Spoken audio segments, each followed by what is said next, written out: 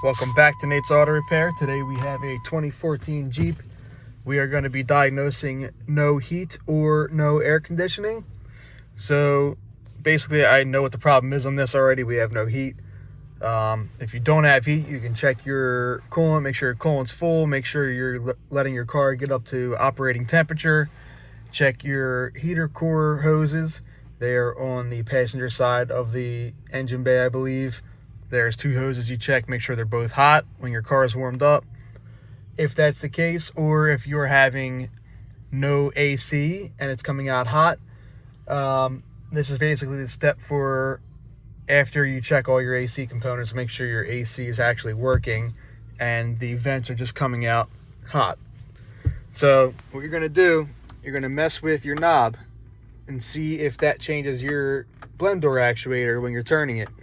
So the blend door actuator is what turns a door inside and changes it from hot to cold. On this Jeep, you're gonna have to get under the driver's side. Get down here and show you. All right, let's see if I can get this on the camera. You get under the driver's side here. You see that white actuator in there. Right there.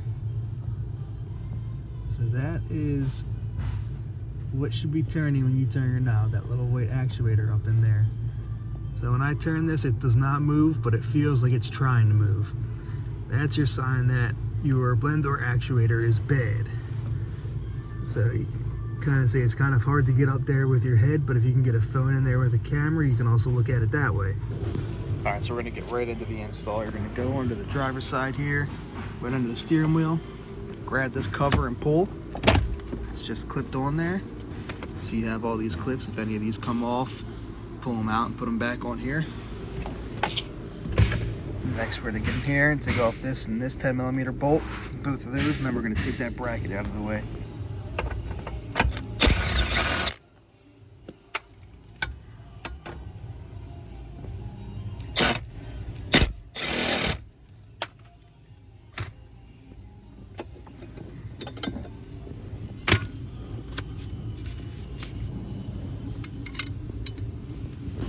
Alright guys, so this part kind of threw me through a loop because usually, so when you look up in here, you can see your actuator right there.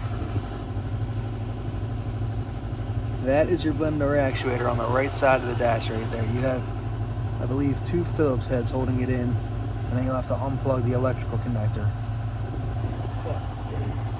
The reason this threw me through a loop is because I've done these before, and there's usually a body control module or some type of module in the way right here, but there's not on this one. So usually if there were to be one, there would be two 8mm bolts holding it in on the passenger side of it. So this does not have it. So I'm going to assume that if you have this model, you're just going to take those two Phillips heads out and unplug it and put the new one in, and we should be good to go. So we're just going to go ahead and unplug it right now. The plug is right here closest to you. There's the tab. You're gonna press that tab and pull that plug off before we take this thing out.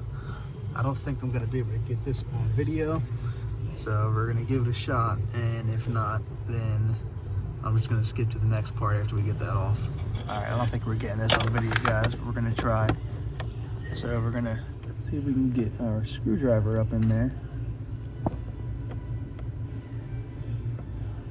Press that tab. Right there, and pop it out just like that. Might be able to go with your hand, but the screwdriver works a little bit easier. Now with the Phillips head, you can go up through the bottom here, up to your actuator. We're going to take this bottom one out first.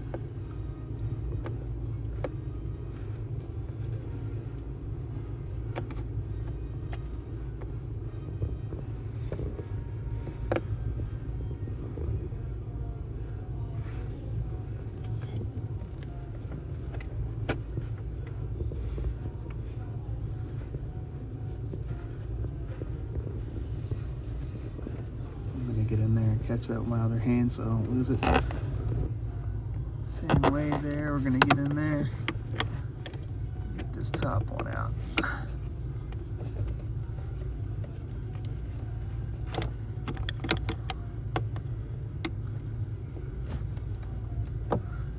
have two hands, this will be a lot easier for you guys as well.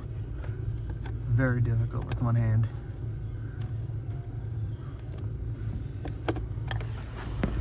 All right, so we took our second screw out of there. We're gonna get up in here and try to pull this thing out. So I can pull it straight out towards you. Comes out just like that. Let's see, I think our gear actually came off of it. So I'm gonna have to work at getting that gear.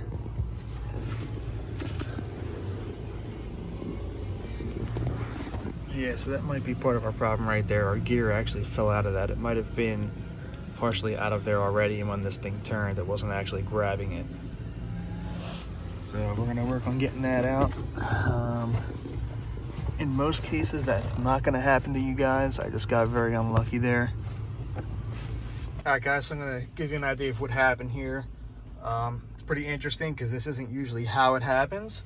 Usually the gears inside of this actuator break, or the actuator just gets weak from being old. So this is your old one. The gear actually broke out of that. So there's supposed to be a gear on it like this new one, sticking out of it like this. So in this case, the gear broke off of it. It's still stuck into the part that opens the door, the actuating arm, basically. So you can see this is where that gear got stuck in there. And when it's in the actuator, it just spins. That's not supposed to happen. That actuator is supposed to hold it tight. So what we're gonna do, usually this arm won't come out. It may in some cases. What you're gonna do is you're gonna get this gear out, put this thing on the new one, over the new gear. It only goes on one way. See, there's one part where there's not an ear on that gear. So it'll slide right into there in that spot. We're gonna put it on the new one, take the new one, put it in there, and get this arm to slide back into the hole on the blend door that it came out of. I'll try to show you guys that in a second when I get this all ready, but I'm gonna start with pulling this old gear out, putting this arm on the new one, and then getting it back up in there as best as I can. And I'm gonna show you guys real quick kind of where all of this moving gear or blend door are. So you can actually get in here now and see right through here. There's that white arm I was telling you about. And there's the hole that this arm is going to have to go into. And when this actuator turns, it swings in that little hole right there. It's actually a pretty long hole that when the actuator turns this arm is going to swing this whole blend door. So we're gonna get it back up in there and see how it goes. All right, guys, so here's the interesting thing about this. This arm does not have the cutout for that tooth. So basically you're gonna need a scan tool. You're gonna need to know a little bit more about this, or bring it to someone who does know more about it. So you're gonna put it in. You guys may also benefit from unplugging this gas pedal plug. So this is gonna be on there like that. You're gonna press the tab in and pull it out. And that'll give you a little more room up in here to fit your hand around everything. All right, guys, so what I did is I got it in there. This arm just slides back on there. And I found the bottom half with it, got it in the slot. You can see it'll turn it now. Turns the door. So now we're gonna put that motor on, and we are going to have to program that motor to figure out where it's at, and it will do it all for you with the scan tool. So we got it lined up with the holes in there. We're gonna put the screws back in and plug it in and see what happens.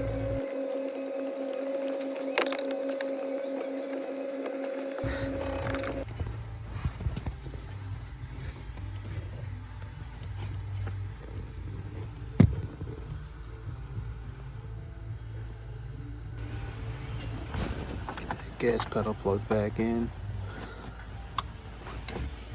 All right, should be good to test it now.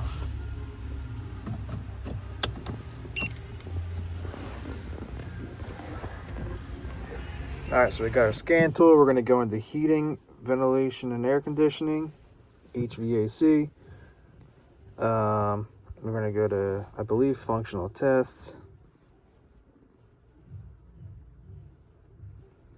No.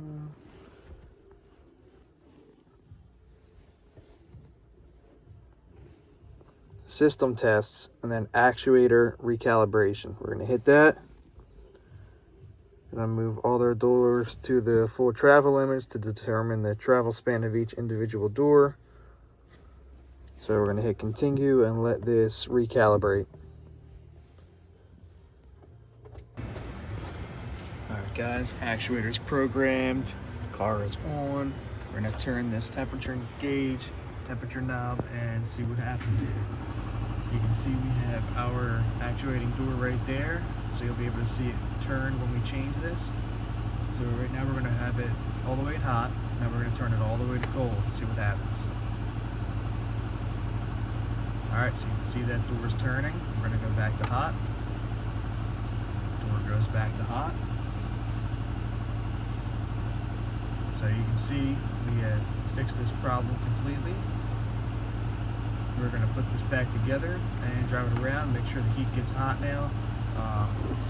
I'm pretty certain that we're not going to have any issues with that though, because I already checked this out before and that actuator was not doing anything for me.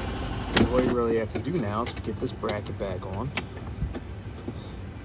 Slide it in these two spots here. Put your bolts on. Always start them by hand so you don't strip the threads.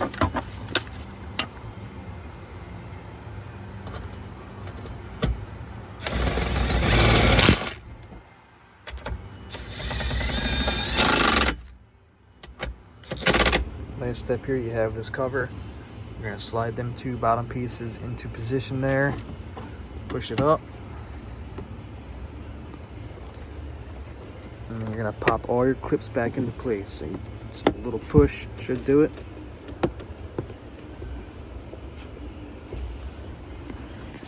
You might have to give them a little punch to get them to pop in.